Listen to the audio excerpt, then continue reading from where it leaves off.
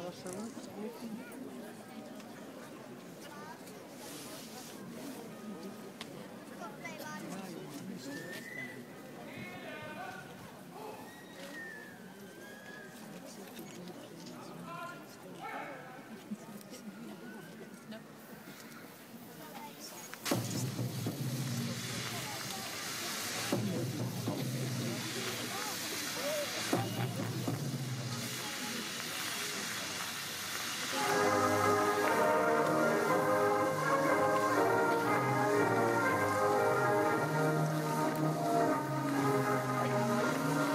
London BBC vender til Danmark.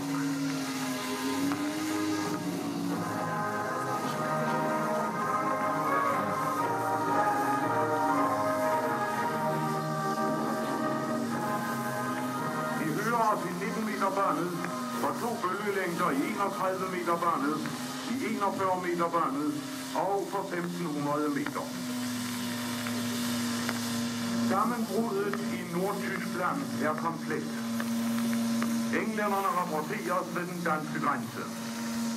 Kiel og Flensborg er erklæret for åbne byer.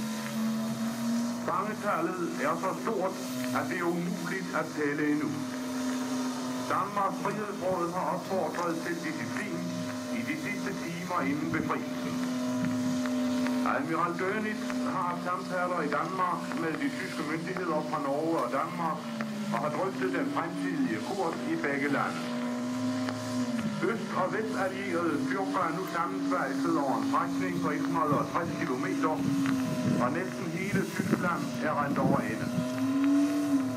Sydpå har tropper af den 7. amerikanske armé passeret Brennerpasset til Italien og har forenet sig med Feltmarskal Alexander styrker.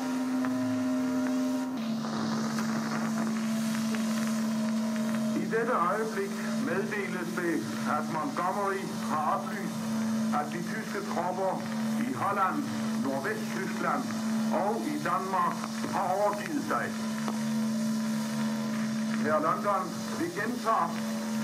Montgomery har i dette øjeblik meddelt, at de tyske tropper i Holland, Nordvesttyskland og Danmark har overgivet sig.